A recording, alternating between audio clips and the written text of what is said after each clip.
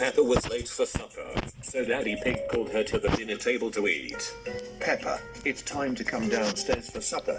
George has already finished his and you need to eat now. Peppa came in for supper and sat in her chair to eat. Okay, Peppa, eat up. And George, since you finished your supper already, you can have a special snack, Doritos. I will be right back with your treat. Suddenly, Peppa didn't want to eat her supper anymore because she wanted Doritos instead of her food. Wait, Daddy Pig, I want Doritos too.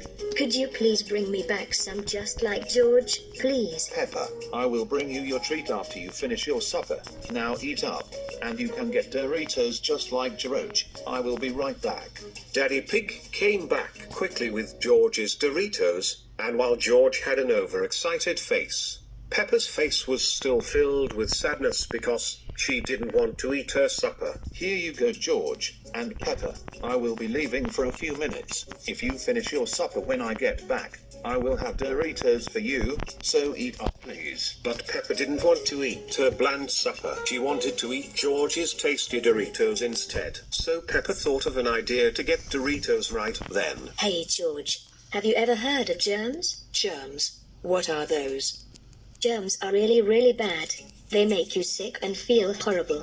In fact, there might be some germs on your Doritos right now. You don't want to be sick, do you, George? No, I don't want to be sick. What should I do, Peppa? Well, you could give me your Doritos, so I can inspect them, and make sure there are no germs on them. What do you say to that, George? So George handed Peppa his Doritos, but little did he know, Peppa had no intention of keeping George from germs. Instead, she ate every last Dorito. Hey Peppa, it looks like you are eating my Doritos, not checking them for germs. Give them back. But it was too late for that.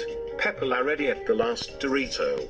Peppa was so pleased with herself, but George was really sad. So sad, in fact, that he began to cry.